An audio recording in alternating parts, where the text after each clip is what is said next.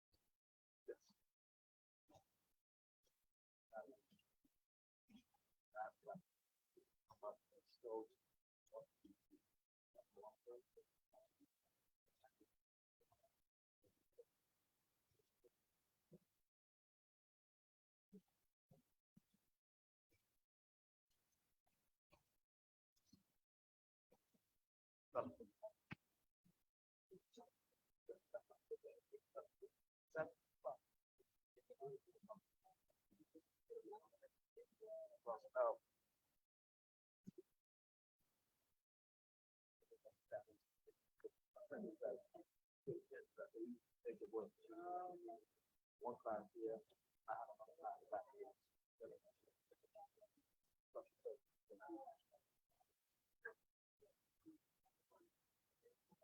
She coming out.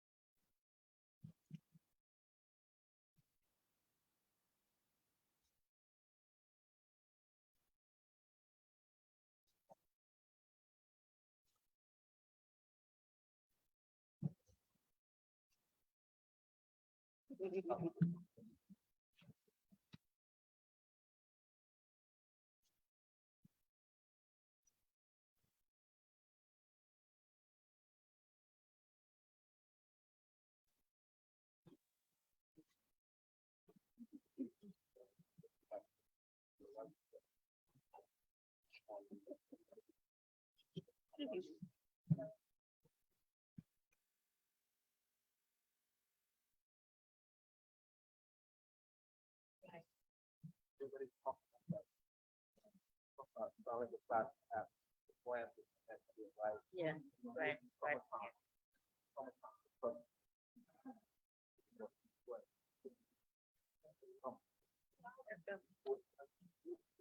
One week, 2 years. 1 week there, 1 week there, 1 week there. So we have a topic.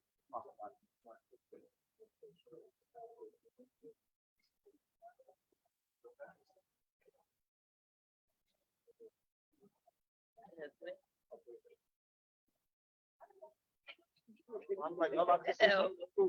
How about this?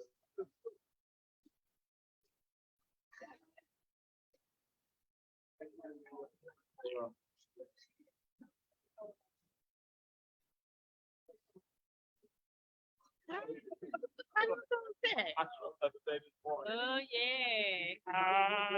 Got it.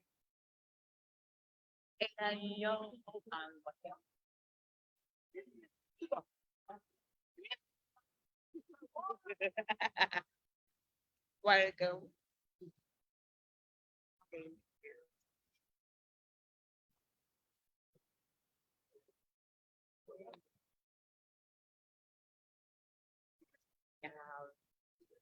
Yeah.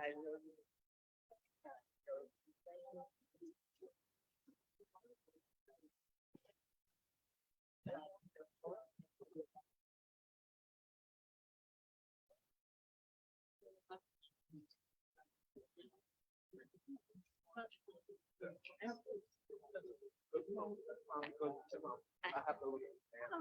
All right. But she didn't, you know, like,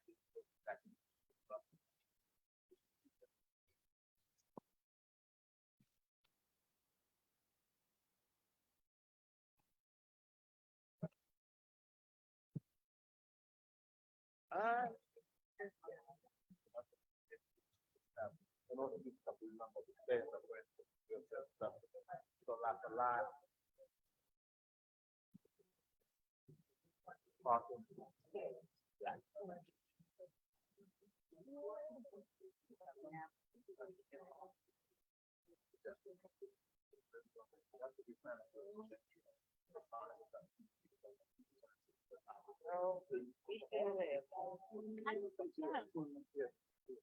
I look gone. Eight five. Eight five.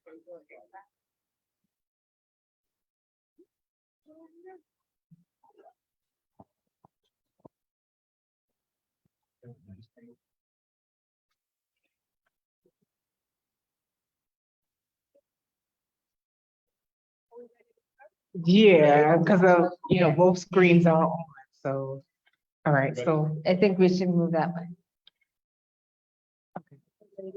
yes, Yeah. yes, you do, thank you.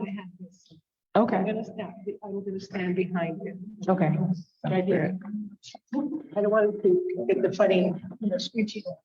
Okay, so maybe, okay, so on the side, I guess? That's good. I think we don't want to get too Too close, oh, with the mics, okay.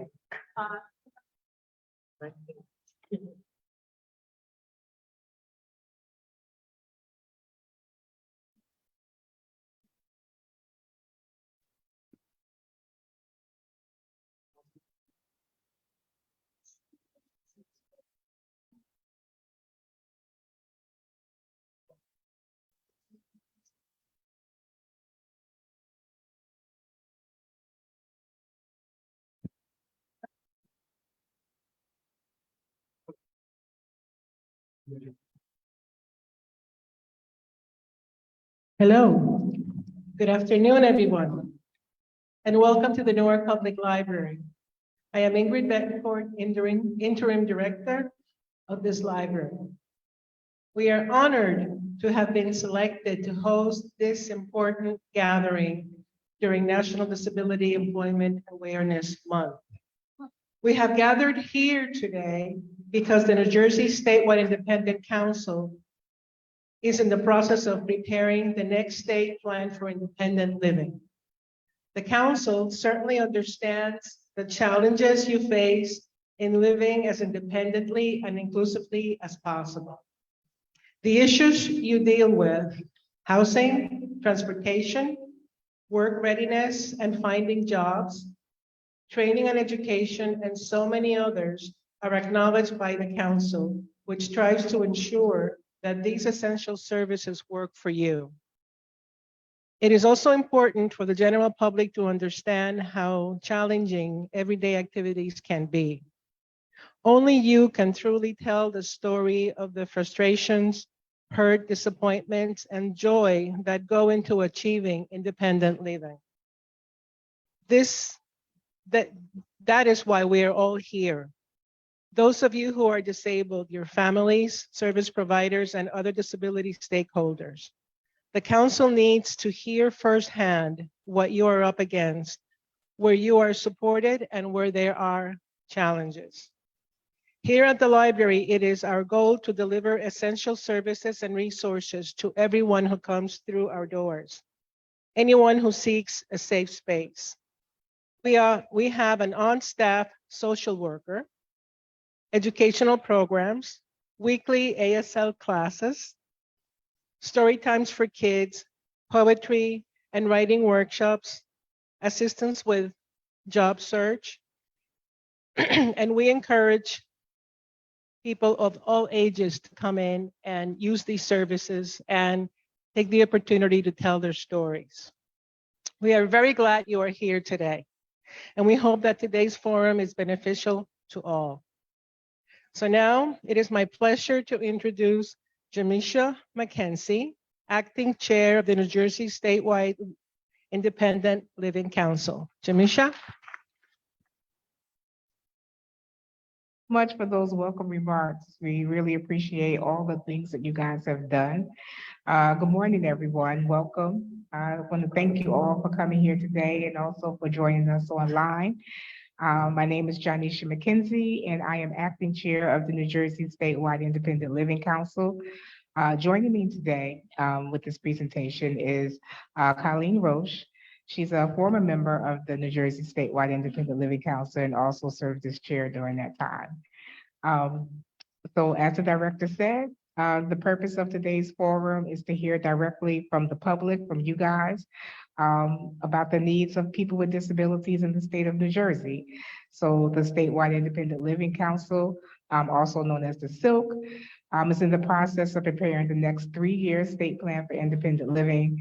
So the comments that you present to us today will go into developing the next bill for the next 3 years. So, well, before we begin to hearing your comments, we would like to share some information about who we are and what we do. So we're going to start with the presentation, and we'll talk a bit about the independent living movement, independent living philosophy, and then we'll also give you guys an overview of Centers for Independent Living and the Statewide Independent Living Council, along with the state plan. After that, we will then open up the floor for you guys' comments. So without further ado, I would like to get started, and we'll start off with, I'm going to pass it over to Colleen, and we'll do introductions, a quick introduction around the room. Okay. Next slide, please.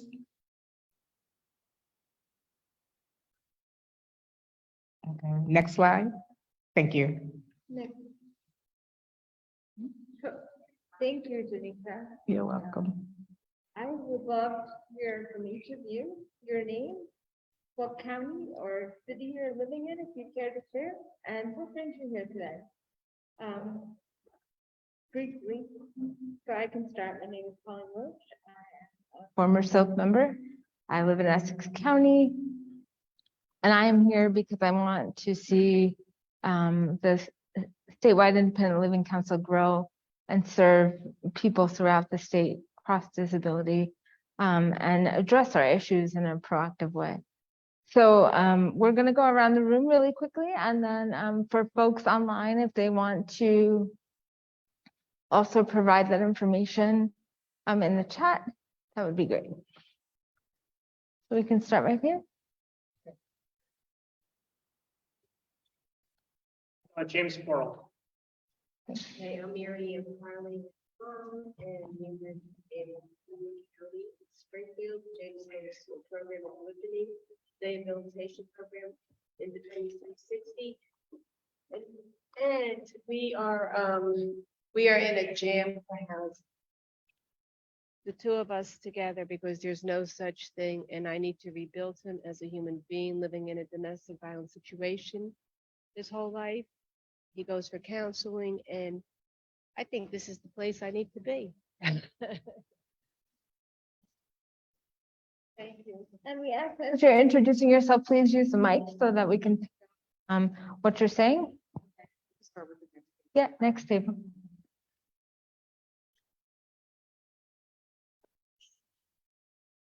My name is Paula Barada, and I work at the Newark Public Library, and I'm here in support of the disabled community, and also to get some information and to hear the things that are being done and what needs to be done.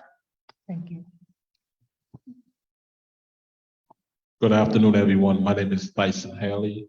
I am the program event coordinator for the Newark Public Library. Also, I am the president and founder of Deaf Advocacy Group here in the state of New Jersey. I'm hard of hearing. I'm excited just to be here at this forum, along with some of my e-board members as well. I'm gonna have them introduce themselves. I may have to voice interpret for two of them. So thank you. We have voice interpreters and sign language interpreters ready. Hi, my name is Linda Miller. I'm a speech therapist and I'm also administrator for the Deaf Advocacy Group. And I'm here in support to learn more information to take to my families. I work with deaf and hard of hearing children, so I can take some of this information back to their families.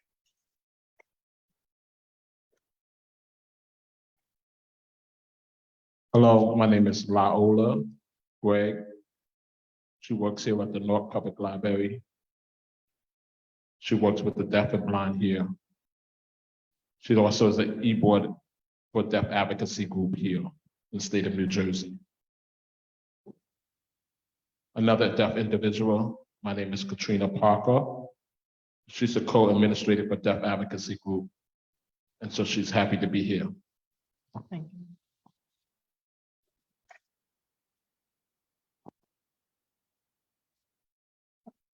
Hi, I'm Matt Binder. I'm the advocacy manager at Easter Seals, New Jersey. We are one of the larger disability service providers in the state. And I'm here just to learn more about the needs in the community and how we can better help. I live here in Essex County. Thank you.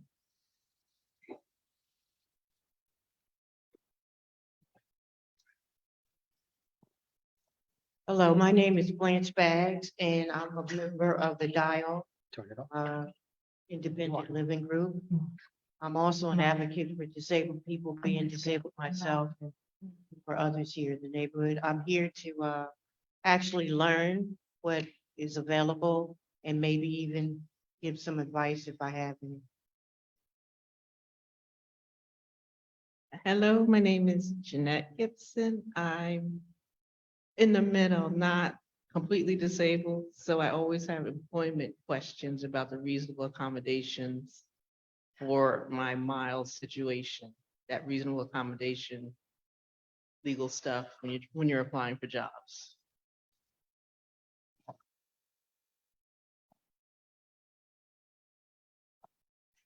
Oh, Laurel, next.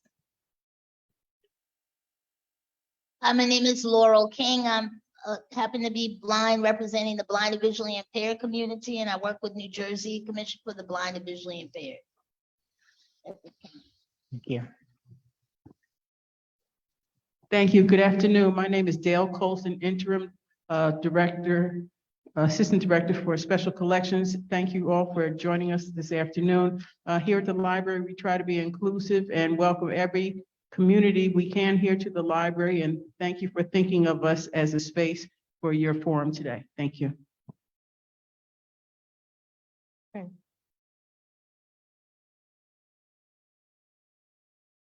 All right. Oh, hi, I'm Damani Rackley. I work in the IT department. So over here with the technical needs. Okay, thank you so much.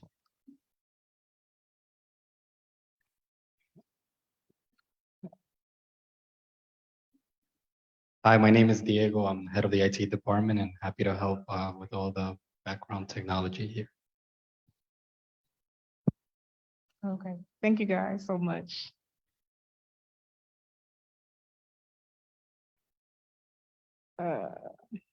Colleen? Okay, so we're starting. Okay, so we'll get started with the presentation and then we'll have you guys submit your comments afterwards. So I wanted to begin the presentation with a quote by Judy Heumann, who was one of the world's leading spokesperson on disabilities and a lifelong civil rights advocate for people with disabilities. Quote, independent living is not doing things by yourself. It is being in control of how things are done, end quote. Next slide, please.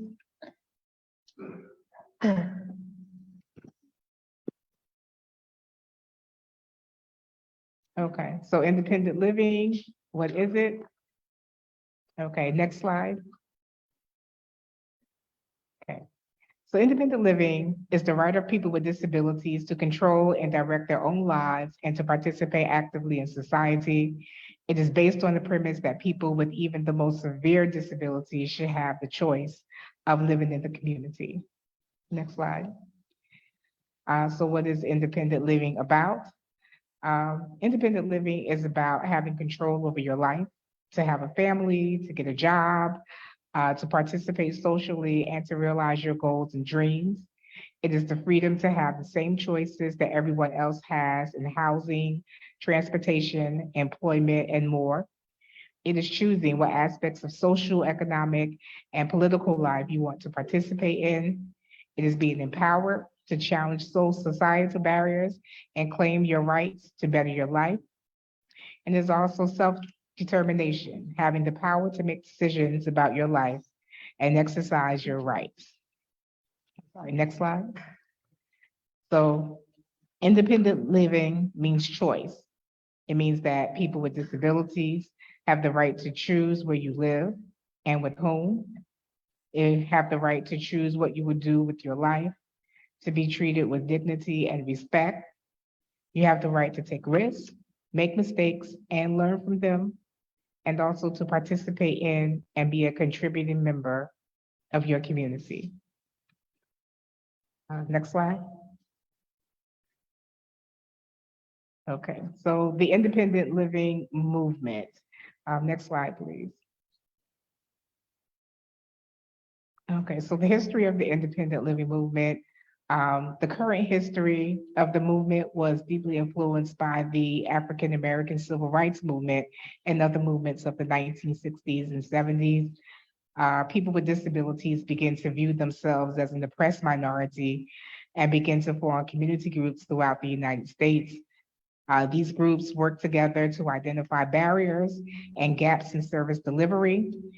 They develop action plans to educate the community and policymakers at all levels to change regulations and introduce policies designed at removing barriers that people with disabilities face. To address gaps in services, a new method of service delivery was conceived, one which people with disabilities determining the kinds of service that are essential to them living independently in the community, directing delivery of those services, and also providing those services. The catalyst for this new service delivery system was called the Center for Independent Living. So the first Center for Independent Living was established in Berkeley, California in 1972. It was established by a group of students with significant disabilities who called themselves the Rolling Quads. And this group was led by the founding father of independent living, Mr. Ed Roberts. Next slide. Next slide.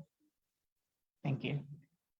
So the quote that you see on the screen, quote, "Nothing about us without us," end quote.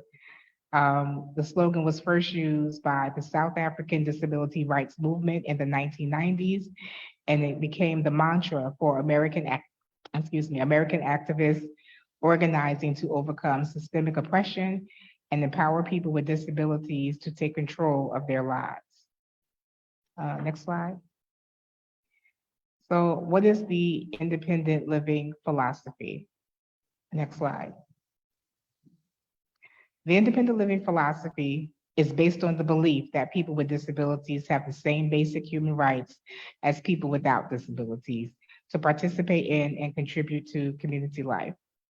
The independent living philosophy became a foundation for programs and services for individuals with disabilities and the rallying cry for laws and legislation to guarantee their rights. The next slide.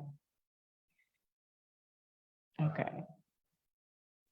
The success of the independent living movement helped to push forward important legislation for people with disabilities, including the Rehabilitation Act of 1973 and the Americans with Disabilities Act of 1990.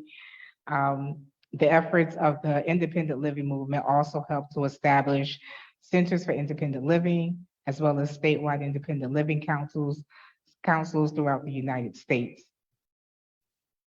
So now I'll talk to you a little bit about the New Jersey Statewide Independent Living Council and what it is that we do. Okay. Next slide, please. Okay. So what is the New Jersey Statewide Independent Living Council?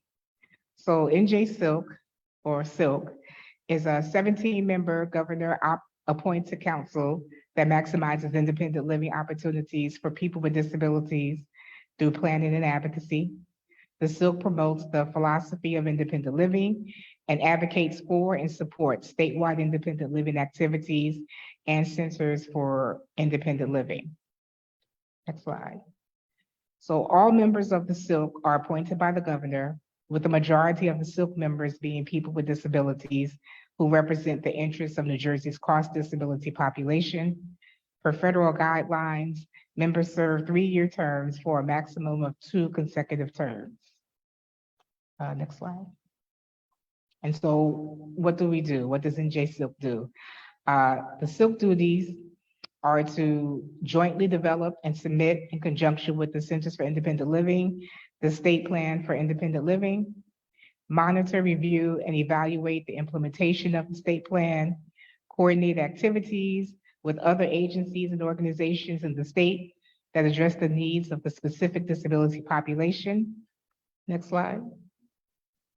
Ensure that all regularly scheduled meetings of the SILC are open to the public and sufficient advance notice is provided. Submit federal reports as requested. Maintain record of reports and supply access to those reports as necessary. Next slide. So the state plan for independent living. Next slide. The state plan for independent living is a document that outlines the 3-year plan to support and enhance New Jersey's independent living services and the network of centers for independent living. The purpose of the state plan is to describe how the state's network of independent living programs and services will meet the independent living needs of people with disabilities in the state for the next 3 years.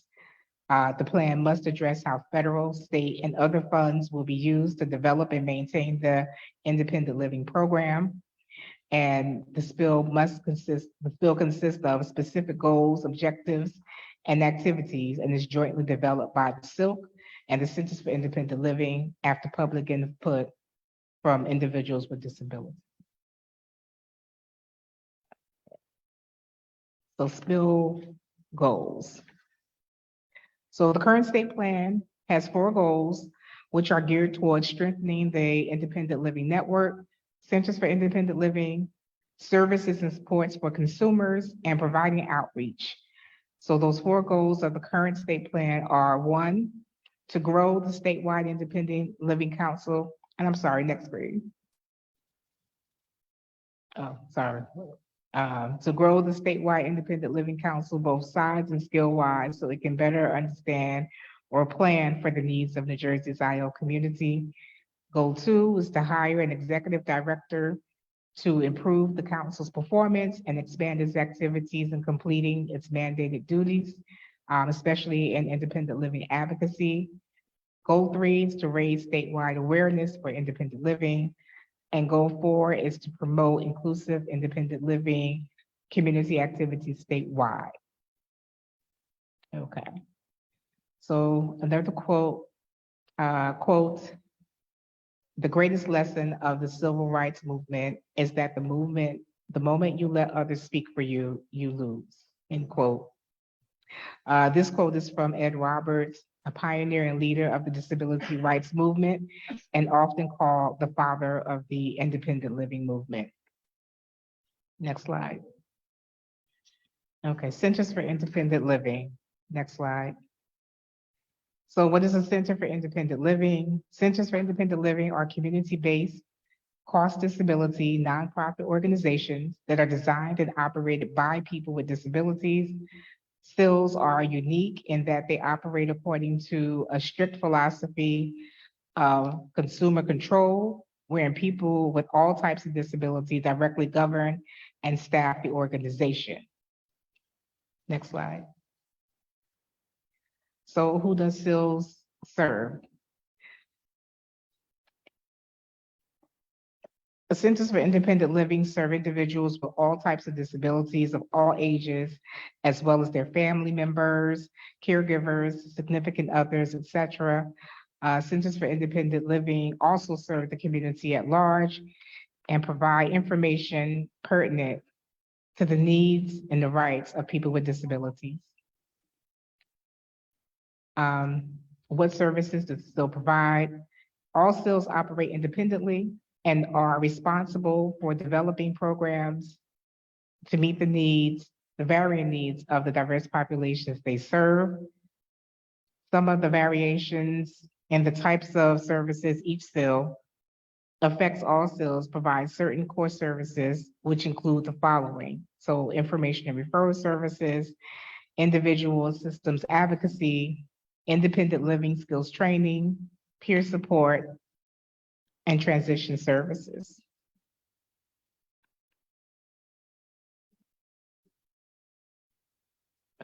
All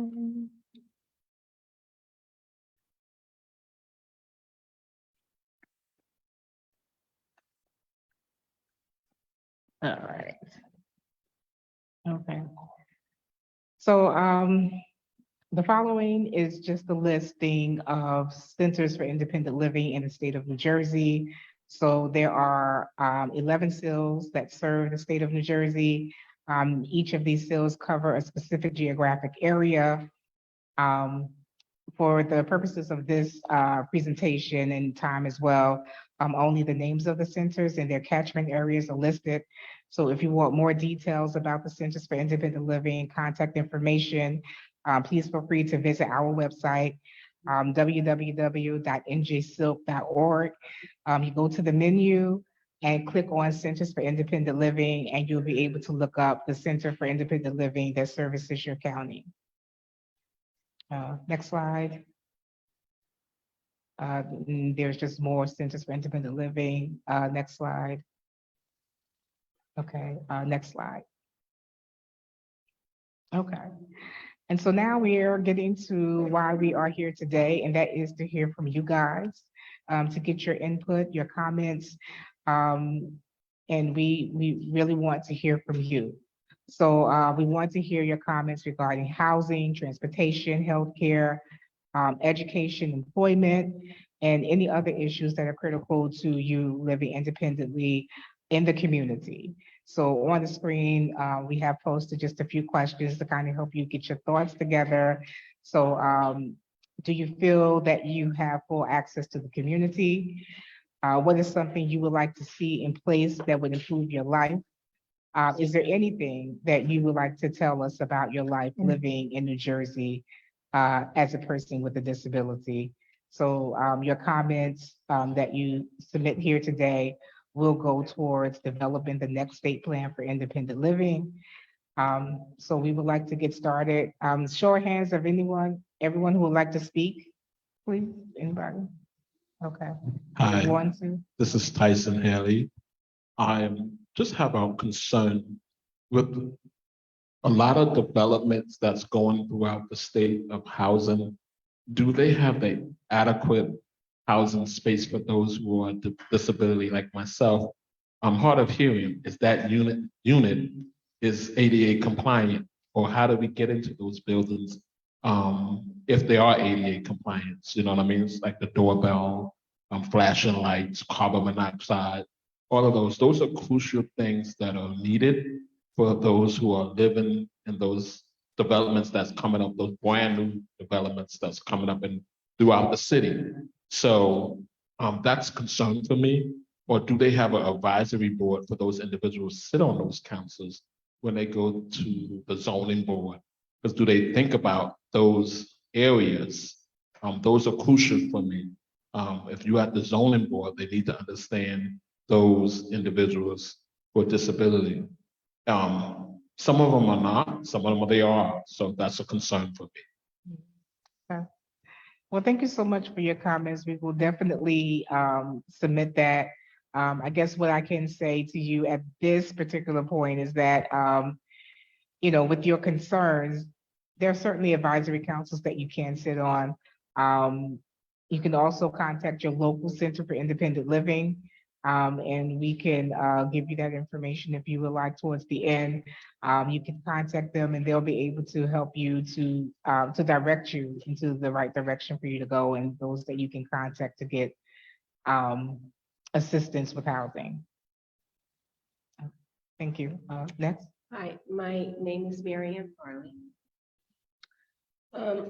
For 21 years, I've been doing preliminary applications for moderate income housing in Morris County and in Union County and Essex County for 21 years to get out of a domestic violence situation for James. Last December, he had an incident with his father. The first time he got frustrated with the man and hit his nose. And he said to me, "Mom, we need to go for counseling again." This was during COVID, but you couldn't even find a place to go.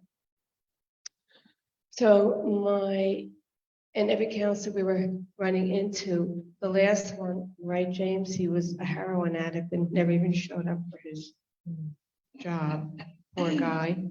So my internist, his internist, primary care physician hooked me up with the social worker at her office.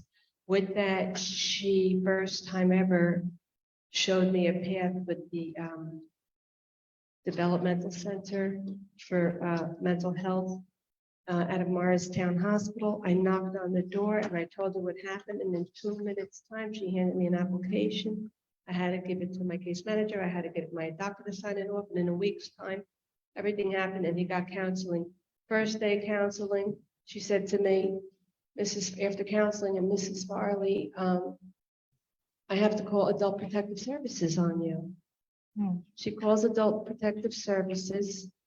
There's a 5-year waiting list. Get online, right? Get online. So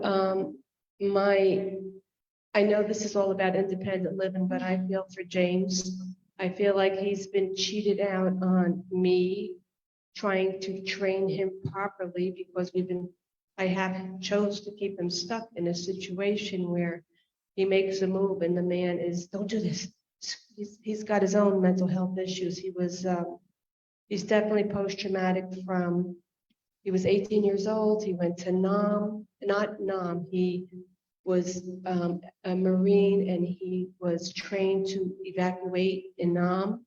And James, 21 years ago, said to a teacher one day, "I'm afraid my daddy was going to kill my mommy," because my husband foolishly had his hand up to me and said, "You put your head in one place, I'll put your body in another, you divorce me." So I've been in domestic violence counseling for 21 years. And it's very difficult to get housing for 2 of us. I could put him in independent living. He's not ready for it. He's just not ready. So there has to be someone to talk to who's going to be kind, because it's not what you know, it's who you know, for us to get moderate income housing. Because my domestic violence case manager in 2021, last year in July, she wrote a letter to an agency that we have moderate applications in, and his case manager from the state wrote a request for us to get this housing that we wanted. But nothing happens. It's who you know in life. Unfortunately, it's who you know. And he suffers every day. And that's it. Yeah. Well, thank you for your comments. Definitely housing is a big issue. For big, it's people with not- disabilities, Yeah. with low income, and if you need the accessibility, it just compounds. So, it is something that we definitely want to address, and we will definitely, consider, what can be done, because it definitely need, things need to change. Things need to change. It yeah. needs to change for parents that are living just like me in a situation to get their other human being out of it who cannot fend for themselves. Yes, absolutely. And I am at a place right now where I'm on a list. I'm on a list for 90 days. If I could get a voucher of he could have an emergency voucher and then I would have to pay the rest. So you go look at apartments. There's no such thing as apartments out there for $1,400 for two Yes. people. Yeah, okay. Where do you want us to live? Right. It is the It's complaint that we disgusting. hear It's over and disgusting. over again for so many It makes people. me sick to my stomach that, a kid grows up in Springfield, New Jersey, and he wants to, I could live anywhere. I'm from Hillside. I am proud of who I am. I love people. But you can't even find anything in Hillside for $1,400. And realistically, when you live in one town, Springfield, he goes to program in Whippany. I work right in Short Hills as a hairdresser and a mother in Springfield that needs 24-hour care that I'm changing urine bags 7 nights a week and putting her to bed. And today, right from here, we gotta go cook and take care of her. Like, you just can't be everywhere. You need to be centrally located where everything is. Definitely. And Because you could go cuckoo. Yeah. I got 32,000 miles on a 16-month-old car. Okay, doing that. So it's so much. Okay. I think I said enough, no? But thank you so much for No, your thank comments. you. So we will definitely Thank take you. that into consideration.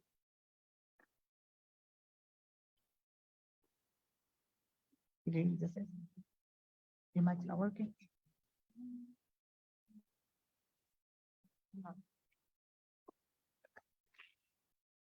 This is Colleen. Thank you so much. For folks that are joining us virtually, if you would like to type in your concerns into the Q&A, we will have a time a little bit later to be able to read out those concerns so that you can be included as well. And I wanted to thank sorry, I forgot. Yeah, housing again. You've heard it. We've had two other. This is our third and final forum, and housing was the first concern of both forums. Janisha said it's a universal problem. I think, Tyson, to go back to what you were saying about access and housing, the ADA is interesting. Legally, they have to make sure that the public spaces and buildings are accessible, but the ADA does not have very specific mandates for units. So as they're building these housing complexes, all the public areas are wildly accessible, but they're not placing in the lit doorbell, the wider doors. And it is something that we have been advocating for 50 years, long before we were alive. So thank you both. Does anyone else have any comments? Okay. Back here.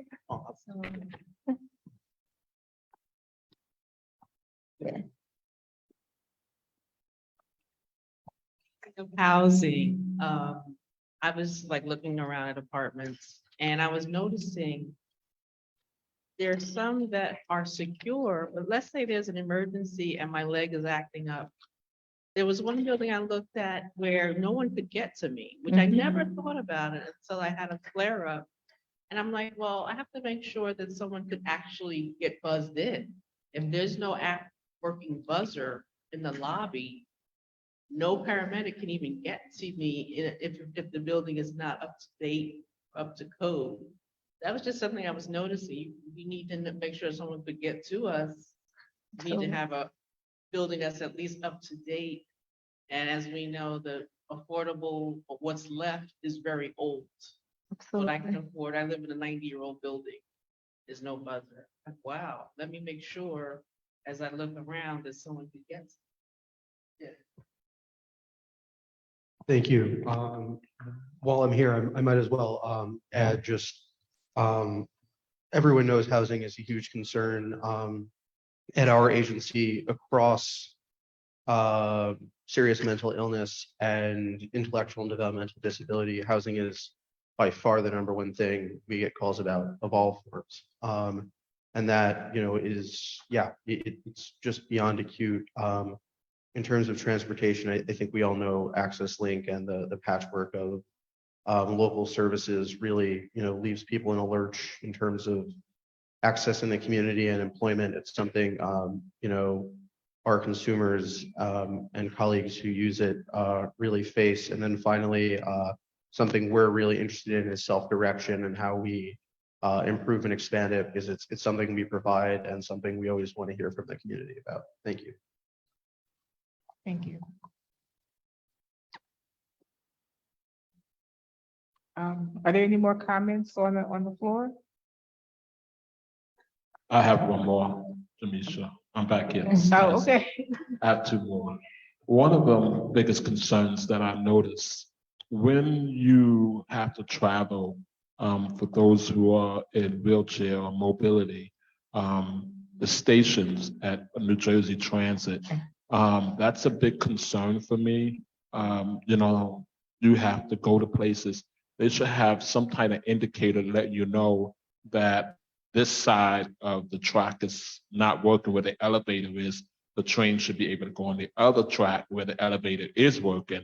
It should be some type of communication during that time if they know if someone on the mobility on that train to be able to get there, get off and on the elevators properly. I'm just saying, there's been a number of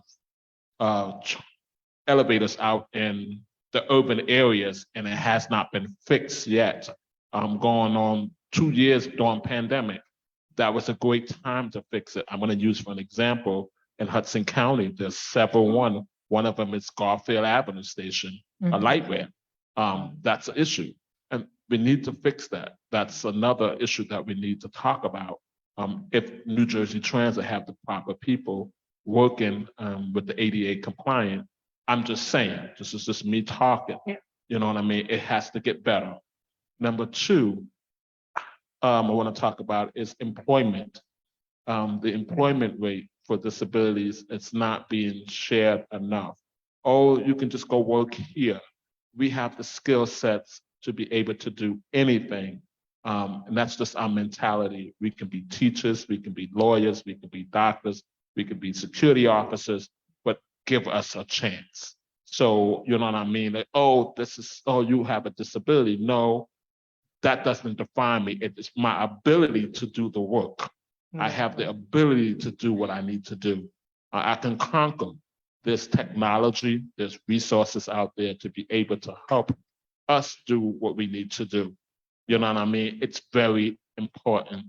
And so we need to tackle these businesses, these companies that come into New Jersey, and even working for the state. We need to make a mandate to have equal opportunity. If they do a survey, how many of them are disabled? How many of them? What is the percentage? I'm gonna check. And that is crucial for us to be able to have equal opportunity. Some people do want to work. So I just want to share that piece on that. Okay. All right. Thank you so much for your Tyson, comments, Tyson. We appreciate it. And we are definitely going to make sure that we include your concerns in the next state plan for independent living. So we are advocating for people with disabilities. We definitely want to see improvements, for people with disabilities, your lives here. I mean, critical concerns, critical issues, housing, transportation, employment. These are all Just good afternoon, and then with this webinar. in the state, but also universal. So we definitely will hear your concern. This is a concern of mine too, those 17 board members that are chosen from the governor. Yeah. Who are they? Are they people that have challenges with people with disability? Well, yeah, so the members are, most of them, the majority are people with disabilities. We are currently looking for members at this time. So if you know, We know of anybody? if you know of anyone that's interested I'm or would not like to smart enough. apply or serve with the board, you can, yes. I'm not smart enough. I would, but you never know. Yes, yes. I mean, if not yourself. Is it if on you a know of Zoom? someone, How do people become a part of? become a part of the council? Yeah. Well, you can go to the website.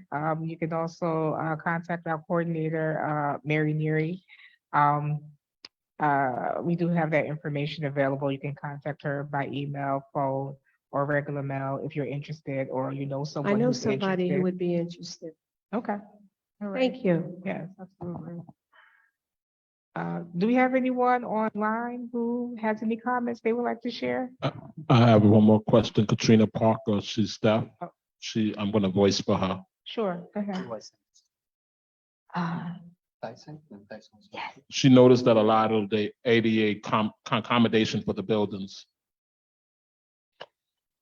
She used to be on the housing list for about 4 or 5 years. Should they applied, I need the ADA compliance. But for my unit, it's a long time, a long process. Mm. She should say, I don't need it. She just rejected it. She got into the housing market faster without waiting on the accommodation. So she just told them then she didn't need it, so she can get in, so she can be able to apply. And she got in faster. She still would have been on the waiting list if she didn't do that. Oh, wow. So were you able to get the accommodation Yes. that you needed? Oh, yeah. Yeah, such big issues. Oh, I'm sorry. Okay, Hi, I'm sorry, go ahead. My name is Linda Miller. How can we kind of connect with parents? Like I work with a lot of deaf and hard of hearing children, but their parents are hearing. So how can we kind of like give them information and education on what they should have in their houses? Like a lot of the kids, they don't have like lights or things of that nature. So what happens if like the parent like goes out the house and lock themselves out? The child doesn't hear the doorbell. They don't hear anything. So how can we kind of like connect with those parents and give them that information? And also second question is a lot of students, like, you know, they're not going to go to college, so they may go into work. So how can we prepare our high schoolers who have disabilities for job readiness? Okay. Well, that's something that we are actually working on. The independent living program here in the state of New Jersey. So with the Centers for Independent Living, they're actually developing these programs to help to address those issues. I would encourage you to contact your local Center for Independent Living, and I can meet with you and give you that information, or you can just go online.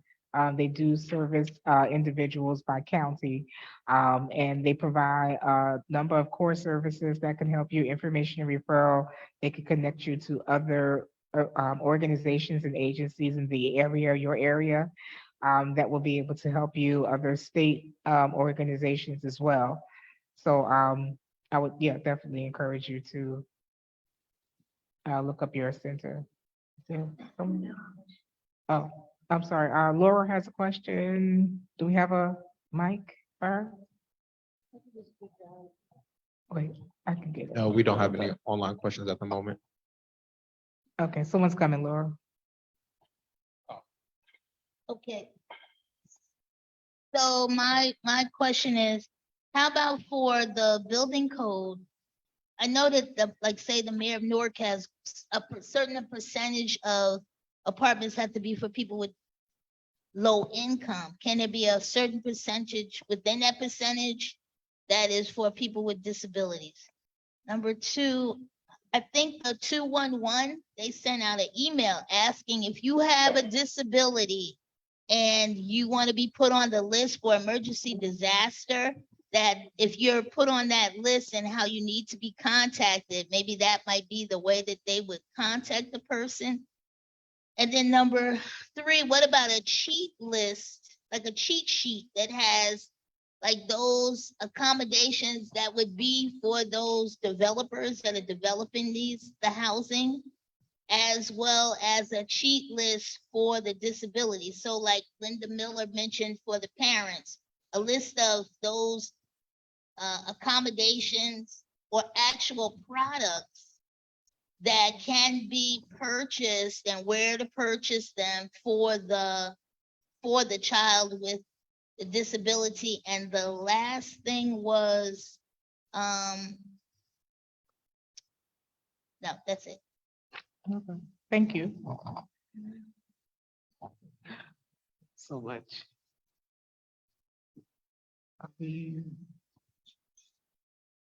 Excuse us, everyone. Is there able to present online?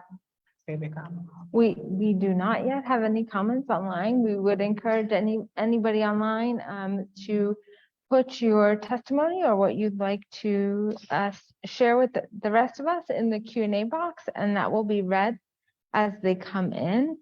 I think, Laurel, what you were mentioning was Register Ready. That is a resource that people with disabilities and other access and functional needs can sign up for in the case of a disaster. I don't think that it would address the issue that we were talking about, people being able to actually access your house. But again, having the cheat sheets also would be very helpful. So thank you. Anybody else? Now's your time. Because you know what you guys share here is really going to inform us, as was mentioned earlier, in creating our next state plan for independent living. And that will direct us for a 3-year period. So we really would like to hear the good, the bad, the ugly, so that we can make this plan, which will last us throughout a 3-year period, reflective of what's actually going on in our communities throughout the state. I think that, you know, it's really important for everybody to you know, let us know what's going on without hindrance. Yes, and you know, this the state plan is jointly developed with the Centers for Independent Living as well. So they'll be at the table, and they are the organizations that provide services directly to consumers with disabilities in the community. So it will be, you know, great. We can take your comments back and, you know, devise something that is going to show, you know, forward progress for people with disabilities in this state. So anything else that you have to say or you would like to add or share, please, you know, now's the time to do so. And I'm also, this is Colleen, I'm also going to give an email address if you come up with any kind of testimony or anything you'd like to share with us. If you can share it at, okay. Sorry? No, go ahead. No, go ahead. You can share it at DINODOLL@verizon.net. Spell that again, slowly. So DINODOLL at Verizon, VERIZON.net. And we will also pull up our consumer survey. There's a QR code. Okay. Can you go to the next slide?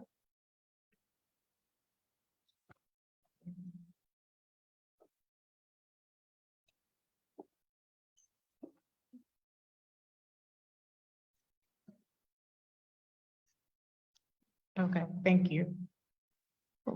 Can we just go back? Okay, so one on the screen is the consumer input survey, a QR code for that. So if you want to scan it, it'll take you to the consumer input survey. So you'll be able to take the survey, also give your comments and answer questions about your life and the issues and other things that are going on in your life for people with disabilities. It's another way for you to give your information Can you show up the next slide, please? Okay, and so to submit your comments, as our colleague was saying, you can submit them by way of mail, you can do email or by way of phone to the Silks coordinator, Mary Neary. So the address is there. Care of Pickle PCIL. And the address is 3635 Quaker Bridge Road, Suite 40.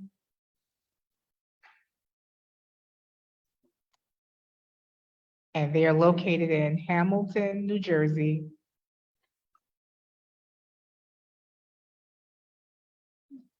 And zip code is 08619.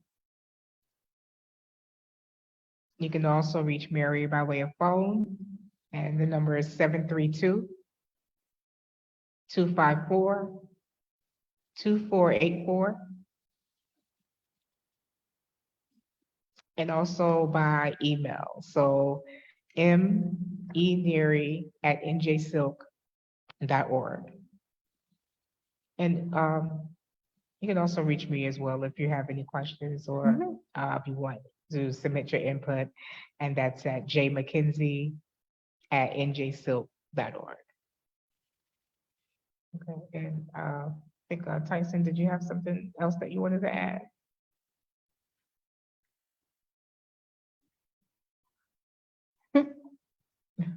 Okay, we just want to thank everyone for being here, our presenters and our public that have come into the library.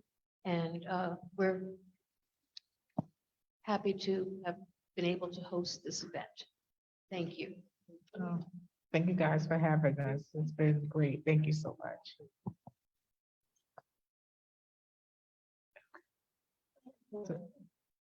Okay. We have one more comment that. So, do you find, I'm asking you. Okay. Okay. Do you find this unreasonable to want like housing for a 2-bedroom housing for a mother and a son for me to be able to retrain him? Would that be unreasonable asking something like that? Because people look at me like I got 5 freaking heads. That, Oh, no, that you want to live, your son and you want to live together? Is what Yeah. you're asking? yeah. No, I don't find that, mean, I don't find that unreasonable, like, not at all. right? I No. mean, like independent living, yeah, he could be independent living right with me in his own Yes. learning and experience. Right. But you know, the thing with it is that you should be able to make your own choice with how you want to live and with whom you choose to live. To live with. Live with. And so if the two of you would like to live together, you know, finding something that's accommodating, that you can afford, that should not be an issue. And you know, it doesn't matter what anybody opinion of that is. You know, it's what you would like. So it's just Yeah. a matter of being able to locate that and to Yeah, to have that locate it. accommodation, right? Like the therapist was looking at me with 5 heads yesterday when I said, I see nothing wrong with it. She's like pushing this independent living, like, what do you know to independent living? Yeah. Right? You don't know it until you own something where you Yeah. need to be in your life. Okay, thank you so Exactly. much for everything. Beautiful. God bless you. You're welcome. Thank you, guys. Welcome. And do we have lunch?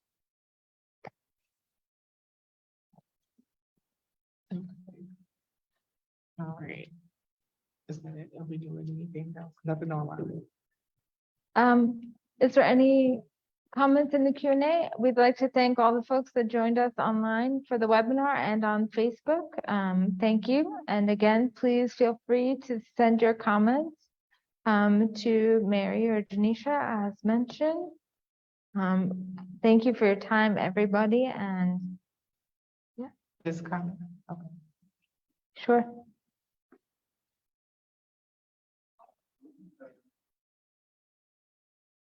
I believe we have some questions online.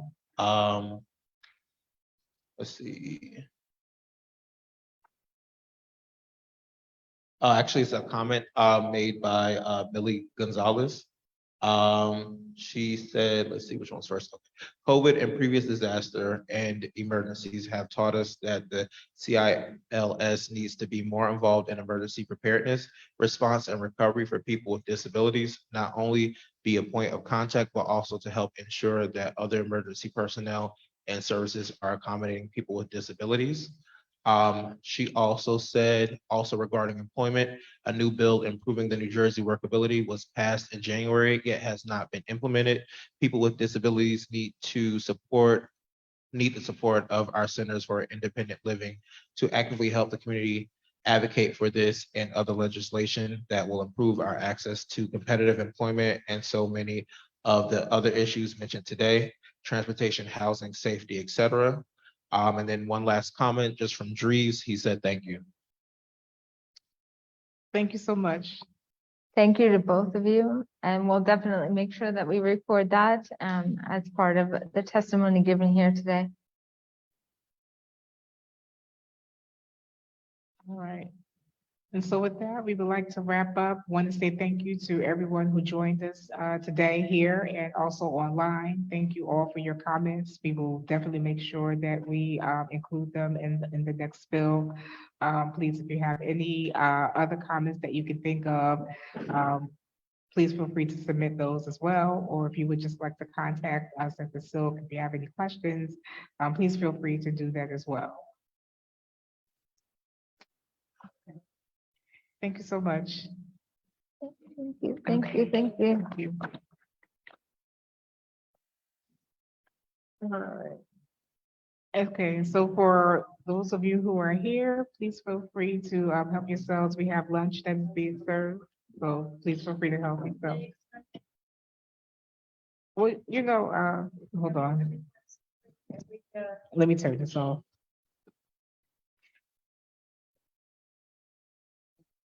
Yeah, you know, it's hard to tell, you know, it is open to the public. So we do ask that people RSVP if you're going to attend, but you can also just show up